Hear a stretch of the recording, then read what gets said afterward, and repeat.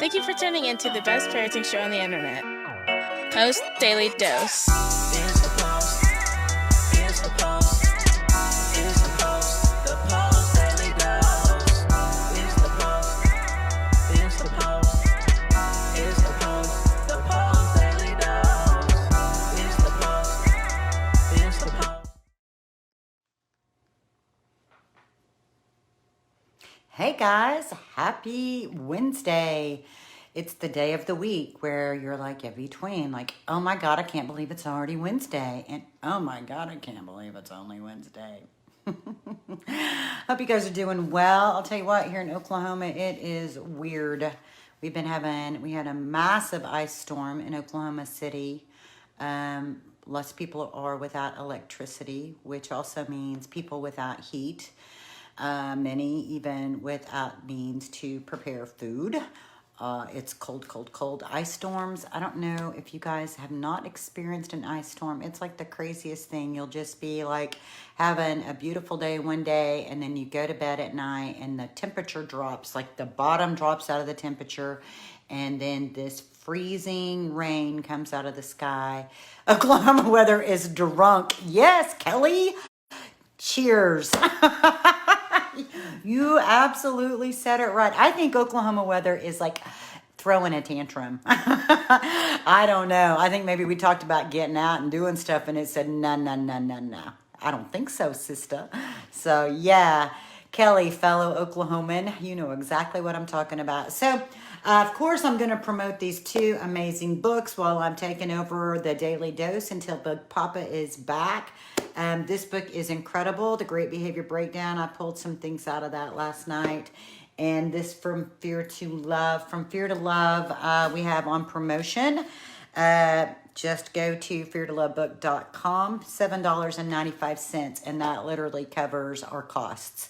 And then there's some great little bonuses that you get. You get an audio version, then you also get a podcast that Brian did, and I can't even remember the name of it. That's terrible, isn't it? And then there's some awesome upsells where you can get the Great Behavior Breakdown and some other recordings and things like that. And there is a Fear to Love upsell, and so of course, you know, all the goodies. So I encourage you to go there, check it out, get the book for sure. It is really, honestly, it's just such a good book. And Kelly's here. Kelly's doing a book study for us, which is awesome. And I'll tell you, I'm actually working on some really great opportunities for people who've gone through our trauma-informed care certification program, which you can find on our website, and also people who, who've gone through our book study. I'm getting ready to add more book studies, and then I'm going to add some more follow-up group support, small group support for parents and professionals who, we just want to offer relationship-based support, coaching services from people who know this model well and live this model, who understand what it's like living in the trenches. I was having a conversation the other day with some folks who were doing some social media for us, and we just ended up having this really nice little conversation about heart over education. Honestly, I'll take somebody who has a heart for this work. I'll take people who have experience in this work versus people who have gone to college and have a degree. If I get both, that'd be awesome. But if I had to pick one or the other, no offense to folks who have lots of letters after their name. I mean, I have a few letters I get to put after my name, and that's really cool and all. But honestly, the majority of what I have learned about working with people who have experienced trauma has been both a combination of learning and then literally putting it into practice in day-to-day life, not just in a therapy room. And that's in no way trying to discount the value of therapy. But unless you've lived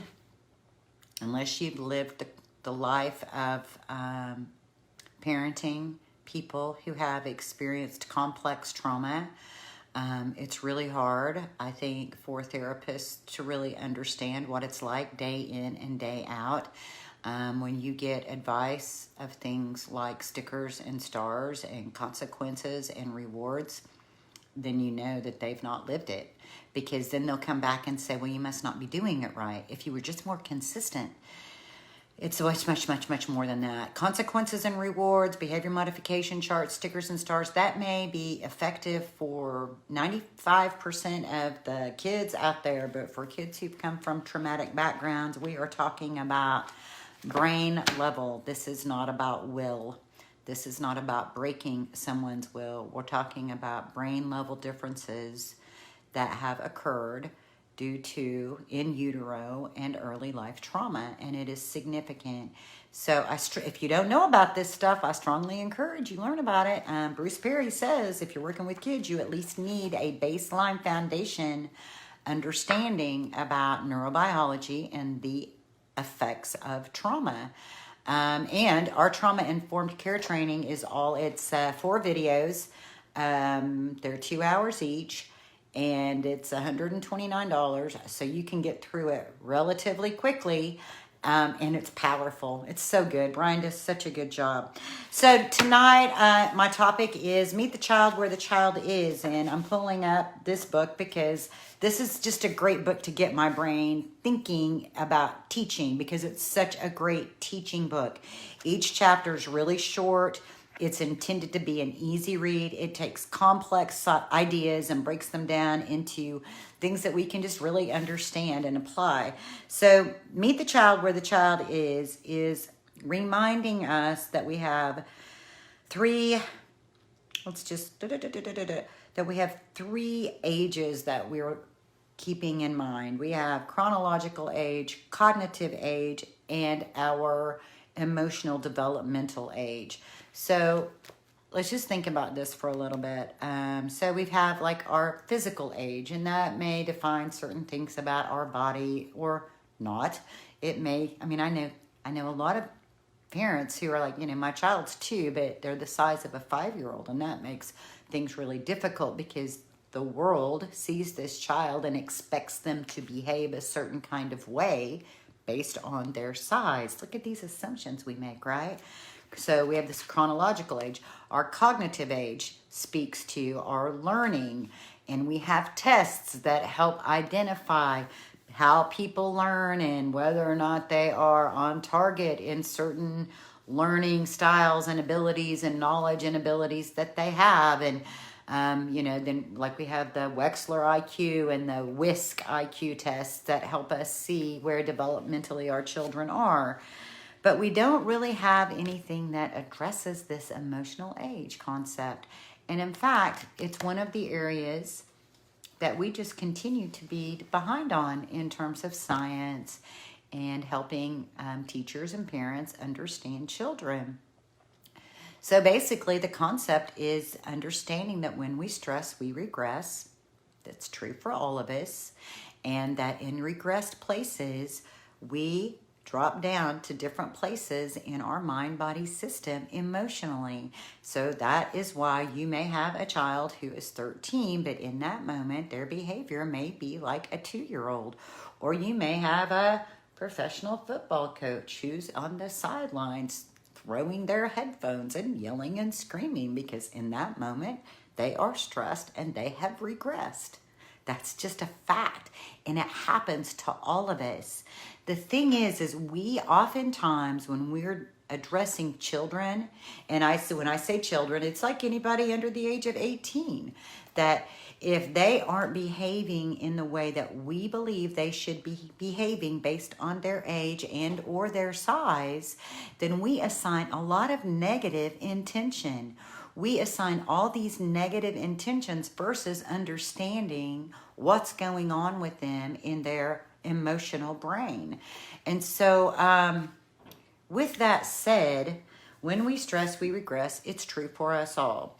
When we are in relationship with someone and we experience that moment of regression or that extended time of regression, if we will simply meet them at the emotional age that's presented, then it will not be long before we see them come right back up.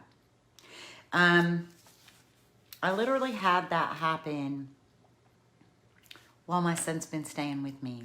And he's 27. And I mentioned that the first night he spent the night, and then the next morning, I asked him to help with something.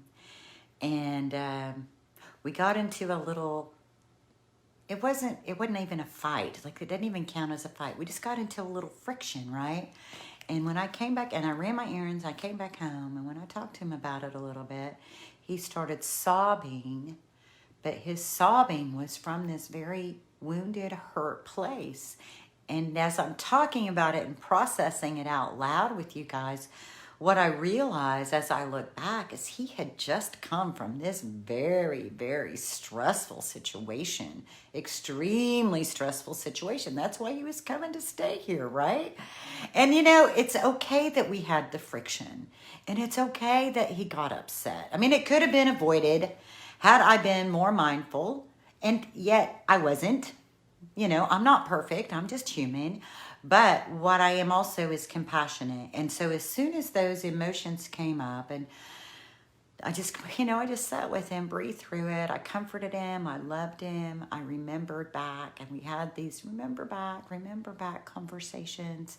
And we just got to reconnect at the heart. And so again, it's just an example how when we can pull ourselves back as parents, like when we screw up, and we, instead of preventing, we might even be the spark for the blow up. When we screw up, if we can just take responsibility and say, screwed up, I'm sorry I screwed up. And I did, you know, I said, I'm sorry I screwed up. You know, that didn't have to go that way. And I love you. It becomes an opportunity for growth. It just becomes an opportunity for growth and deeper connection and deeper relationship. Deeper reality that we're all human. We're all out here doing the best we can. We're all fallible. We all make mistakes. We all have amygdalas. Our lids can all get flipped. We can all be reactive parents versus responsible parents. It happens to us all. But when these things happen, if we can just accept responsibility for what we've done, offer comfort, offer support. It's like when you think about scar tissue, you know, scar tissue is very strong. And so actually Kevin and I's relationship has a lot of scar tissue in it. It's very strong. It's very strong. It may not always be perfect. It might get messy, but he knows I'm not going anywhere. He knows I'm never going to abandon him. He knows that I will be here to love him throughout his life. And it may not be that we're always perfect, right? It's not about being perfect. It's about we're not going to leave one another. There's no abandonment that's ever going to happen. We may not always be physically together, but I'm always just a phone call away. And that makes all the difference in the world. Him just knowing that, you know, and even if we get cross and we don't talk for a day or two, we're going to work it out. We're gonna work it out. It's all gonna be okay. And one thing I really want to encourage you guys, that piece of taking responsibility for what we do is really powerful. It teaches them how to take responsibility. That's what it does. So when I take responsibility for when I screw up, it gives him space to not be perfect and to take responsibility if he screws up, right? It's not about being perfect. So that's it for tonight. Thank you, Mary. I appreciate that. I'm glad to hear that there's something encouraging, something valuable in it. Remember, meet them where they're at. Meet the emotional age that you see and feel before your eyes. And watch them. You'll watch them just come up right before your very eyes. You'll watch it'll calm the stress. See, that's just it. The more we can calm the stress, then the more of that emotional maturity will be able to come present. True for us all. True for us all. So as Brian says, in any given moment, we can act out of our same blueprints of stress and fear, or we can take 3 to 10 deep breaths and we can choose love. When you lay your head down tonight, when you go to bed, all that stuff you've been worried and fretting about, just set it to the side. You can pick that up tomorrow if you want to. If you want to. Lay your head down on your pillow. Pick one thing, one beautiful moment from your day. And like for me, like I just shared a story, it was not pretty. It wasn't like the beautiful moment of sunshine, rainbows, and lollipops. It was the moment of deep connection that comes out of mess. Gail shot me some stars. Wow! Lay down tonight and rest your head and take one of those moments, a moment of connection, a moment of peace, whatever resonates with you as being that beautiful moment. And you take that and you blow that up. And you let that become the building block for tomorrow. Much love to you guys. Have a blessed evening. Take time to enjoy your family. We love you and we'll see you all tomorrow.